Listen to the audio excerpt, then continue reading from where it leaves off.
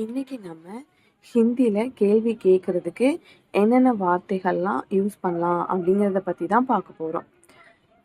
என்ன என்ன இதை எப்படி சொல்லணும்னா கியா கியா, எங்கே எங்கே, கிதர் கிதர், எப்பொழுது எப்பொழுது, கப் கப், ஏன் ஏன், கியூன் கியூன்.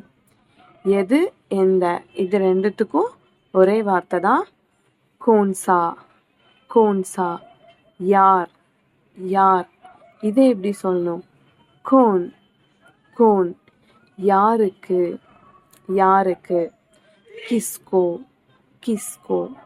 எப்படி எப்படி, கைசே கைசே.